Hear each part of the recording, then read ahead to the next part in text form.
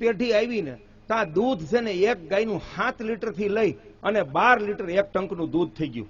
અને ઈ ગાયને વેચવી ને તો 50,000 થી સવા લાખ રૂપિયા આવે છે. ઈ ગાય દુખી થાય કોઈ દી? બસ આપણે અહીંયા ઈ કરવાનું છે કે ગૌશાળામાં સારામાં સારા નંદી રાખો, અને જે ગાય સમાજને નથી જોતી એને ફેરવવાની જ નહીં. 25 ગાયોથી ચાલુ કર્યું ને તે 300 થી 1500 અનાજ કરી નાખી, અને છે ને ડોકમાં ઘંટીને પડ થઈ ગયું ગૌશાળા વાળાને. કારણ કે એ રૂપિયા કેટલા જોઈએ પછી ગયો હે, અને ગામે ગામ ગૌશાળા થઈ ગઈ. કોણ કેટલોક ટાઈમ ફાળો આપે? એટલે અનાથ ગાયોની સંખ્યા ના વધારાય, એમાં ચેપી રોગો ફેલાય, એને તમે નોખી રાખો, એનું જીવન ત્યાં પસાર કરી દે. અને બાકી તમે ગામની ગાયું ફેરવવા સારામાં સારા નંદી રાખો. 10 વર્ષે છે ને ગામના એક એક નાગરિકને દરરોજનું 1-1 લીટર દૂધ મળતું થઈ જાય. કોકને 100 કિલો ઘી જોતું છે ને તો એક જ ગામ પૂરું પાડી દે. અને જાઓ અત્યારે ગેરંટી સાથે કહું છું, ગામમાં 2 કિલો ઘી લઈ આવી દો, જાઓ હે 1500 કિલો લેખે લઈ લો. નથી હે તો આપણે વિચાર તો કરો. અવડા મોટા ગામમાં કિલો ગાયનું ઘી ના મળે, આપણે ડૂબી મરવું ના જોઈએ કે આપણે કેવી ગૌ પાલન કરી છે, કેવી ગૌ સેવા કરી છે હે. અને તમે જામકામ ઓર્ડર આપો, અમે તમને 500 કિલો ઘી આપી એક ગામમાંથી. આને પરિણામ કહેવાય.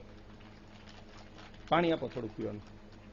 બીજું, ગાયના દૂધનો ભાવ 10 રૂપિયા લીટરે કોઈ લેતા જ નહોતા. અમારા બધાયનો વાંક છે, ધર્મગુરુનો વાંક છે. આપણા એકેય જમણવાર શાસ્ત્રીજી ગાયના ઘીથી નથી થતા. આપણે તાલીયું જ પાડીએ છીએ હે. નકર આપણે કડક થઈ જવું જોઈએ કે ભાઈ અમે ખાલી સુરમું જ બનાવશું, પણ ગાયના ઘીનું જ. અને અમારી આ સલાહ નથી હો, અમે અક્ષરશ જીવીએ છીએ. અમે 10 વીઘામાં ફેક્ટરી છે, ત્રણેય ભાઈ 10-10, 15-15 વીઘામાં છે. 2000 ની કિલો બેન મીઠાઈ લેવું પોહાણ છે. મહેમાન આવે તો શેરમાં એટલી કંગાળ પ્રજા થઈ ગઈ શાસ્ત્રીજી કે 2 જણા રહેતા હોય ને ઝીણા ઝીણા 2 છોકરા હોય, અને બાપુજી ને ફૂવા આવે આટો દેવા, એટલે તરત ઠેલીનો ઘા કરે કે આલે રમેશ, ઈ કે તું વળતા આવી ને કારખાને એક દુકાનેથી, કે શ્રીખંડ ને ઢોકરા લેતો આવજે, ઈ કે હું અહીં શાક રોટલી કરી નાખું છું, ઈ કે રાંધવાની કાંઈ જ નથી કરવી પડતી. 2 જણા રાંધવામાં આ બાયું આડે છે, અને ઈ રાહ જોવે છે કે અમારો છોકરો સરદાર પટેલ થવાનો છે હે. અરે તમારે 2 જણાનું રાંધવામાં આડે છે, અને તમારો છોકરો શિવાજી કે સરદાર થાય? વાતમાં હું માલ છે હે. જે માં પુરુષાર્થી હોય, જે માં નિર્ભય હોય, અને જેનામાં ગુણ હોય ને એની પ્રજા ગામમાં જ જોઈ લ્યો ને, ક્યાંય જોવા નહીં જવું પડે હે. અને અમે કેમ જીવી છે? અમે બજારની એક ચીજ લાવી નથી ખાતા.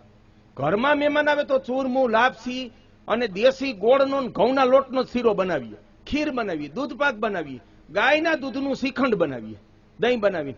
મનસુખભાઈના ઘરમાં બહારની મીઠાઈ નથી આવતી, બહારનું ફરસાણ નથી આવતું. મારી દીકરીના લગ્ન કર્યા, 1.25 કિલો ગાયના ઘીના ચૂરમાના લાડુ બનાવ્યા, 50 કિલોના પહેલે દિવસે બનાવ્યા, બીજે દિવસે જલેબી મેસૂબ બનાવ્યો. અને ક્યાંય મીઠાઈથી મુખવાસમાં અમે કલર નથી વાપરતા, કેમિકલ નથી વાપરતા. એવું આદર્શ રીતે જીવી છે. ફેક્ટરી ફ્લોટેકમાં આવો વ્યસન મુક્તિ છે, નક્કી તો એક ધંધો છે. ઠંડા પીણાનો પ્રતિબંધ છે. લીંબુ શરબત આખા સ્ટાફને પાઈ આવી ગરમીમાં. આપણી પ્રકૃતિ ને આપણી સંસ્કૃતિ, આપણા ઋષિઓ આ બધું સમજાવી ગયા. આપણે કોકાકોલા ઉપર જીવવાનું છે, આપણે પેપ્સી ઉપર જીવવાનું છે. આ દેશમાંથી હજારો કરોડ એક એક કંપની લૂંટી જાય છે. કોલગેટને નામે લૂંટી જાય, કોકાકોલાના નામે લૂંટી જાય, પેપ્સીને નામે લૂંટી જાય, સ્ટાર મિનાર સિગારેટને નામે લૂંટી જાય હે. અને આપણે વાતું ધર્મની ને અધ્યાત્મની કરીને બેઠા છે. અમારા ઘરમાં ઠંડા પીણાનો પ્રતિબંધ, અમારા ઉદ્યોગમાં ઠંડા પીણાનો પ્રતિબંધ, અમારા પ્રસંગમાં ઠંડા પીણાનો પ્રતિબંધ. અમે બધે ગાયના દૂધ ઘી ઘરમાં ખૂબ ખાઈ. ફેક્ટરીમાં આવો 5 મોટી ગાયું, 5 વાસરું ને 1 નંદી રાખ્યા. 1 લાખ રૂપિયાની કિંમતનો નંદી ફેક્ટરીમાં રાખ્યો છે કે બીજાનું ગાયું ફળી જાય. કેવું પૂર્ણ થાય? વાછડી એના જેવી જેવી આવે. નંદી તમે રાખશો, 50 ગાયું 12 ગામની ફળશે, 25 વાછડી આવે તો 25 ગાયના દાનનું પુણ્ય ગૌશાળા ચલાવવા વાળાને ગામને મળવાનું છે. અને તમે ફાળો લ્યો. તમારે અમારે નનકુભાઈ વરુ ગામ ધણી કાતરના છે, 500 રૂપિયા ગાય ફેરવવાના લે છે. હું કે મારે ખૂંટની વાછડી આવશે સીધી 50,000 ની થાય, અને ગૌરવ રે માણસને. એટલે આવી રીતનું ગૌ પાલન કરીએ. હવે ગાયના દૂધ ઘી હું કરવા ખાવા જોઈએ?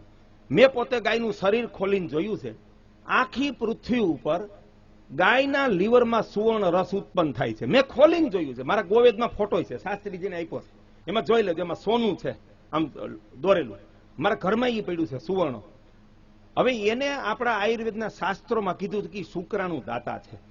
દિલીપ રાજાને પણ ગાયથી સંતાન પ્રાપ્તિ થઈ, એ કથાને હાવ ટૂંકાવી નાખી કે ગો સેવાત પુત્ર પ્રાપ્તિ થઈ.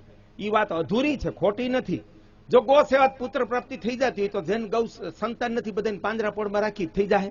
નહીં થાય. દિલીપ રાજાને વશિષ્ઠ કેવી ગાય આપે છે? પોતાની દૂધણી ગાયની પુત્રી આપે છે. એટલે સમજી લો પેલવેતરી વળકી આપે છે. ગઈઢી ગા સેવા કરે અને રાજાને આજ્ઞા કરે છે કે તું જંગલમાં જા ને આ ગા જાતે ચારજે. ગાયમાં એટલી દિવ્ય શક્તિ છે કે આપણું શરીર ઊંઘે ને એટલે આપણામાં જે રોગ હોય ને કે તત્વો ઘટતા હોય ને વનસ્પતિ ખાય. અને તેથી કે એવું ખોદેલા નહોતા ગૌચર, એટલે અડા બીડ ગૌચર હાઈ ક્લાસ ઉભા હતા ને બધી વનસ્પતિ થાતી, વેલા છોડવા બધી પ્રકારના ઘાસ. દિલીપ રાજા 9 વર્ષથી ગાય ચરાવે છે. 9 વર્ષ ચરાવે છે. ગાય એની હારે નાયરે રહી, તારે હારે નાયરે રહેવાનું. ગાય બેહી જવાનું, ગાય ઉભી રહી તારે ઉભું રહેવાનું. ગાય એનું શરીર ઊંઘે એટલે ખબર પડે કે આમાં સંતાન પ્રાપ્તિના ગુણ ઘટે છે તત્વો. ગાય એવી વનસ્પતિ ખાય અને એનાથી દિલીપ રાજાના શરીરમાં એ તત્વોની પૂર્તિ થઈ અને એને રઘુ નામે પુત્ર થયો. એ રઘુકુળ આઘું થયું ને એના મૂળમાં ગાય છે. ગાય થકી રામ અને રામાયણ ભારતને મળે છે. આટલી વાત જો કથામાં ઊંડાણપૂર્વક ગોતીને કહેવામાં આવી હોત ને તો ભારતમાં ઘરે ઘરે ગાય હોત ને બધા ગાયનું દૂધ પીતા. પણ આપણને પાપ અને પુણ્યથી આગળ આપણે જીવન વિશે વિચારતા નથી. એ પણ આપણા ધર્મની અધૂરપ છે કે આપણે આપણો દેશ 900 વર્ષ ગુલામ રહીએ, કરોડોની વસ્તીનો દેશ, અને બહારથી મુઠ્ઠીભર માણસો આવી આપણને ગુલામ બનાવી જાય. અહીંથી 50 હજાર બેનું દીકરીઓને ઘોડા વાહે બાંધીને લઈ જાય અને રૂપિયામાં હરાજી થાય. અને હજી કોઈક ભભૂતિ કાઢવા વાળો આવે ને તો એની વાહે પાગલ થાય. હે સિગરેટ ધરે, દારૂ ધરે ની કે મામા પીરના પરચા મળે, પ્રજા ભગવાનને મેલ પડ્યો અને મામાની વાહે ચોટી પડે. હે આ આપણો અંધકાર છે ધર્મનો કે એમ થઈ જાય. હે કોક સાંઈ બાબાના નામે તૂત લઈ આવે, કોક માતાજીના નામે લઈ આવે અને પ્રજા ઈશ્વરને મેલ પડ્યા, વેદને મેલ પડ્યા, ગીતાજીને મેલ પડ્યા અને પરચાવાળાનું વાહે ચોટી જાય અને ધનનું શોષણ થાય, સમયનું શોષણ થાય, બેનું દીકરીનું શોષણ થાય. આમાંથી આપણે ધર્મને પ્રજાને ક્યારે બહાર કાઢશું?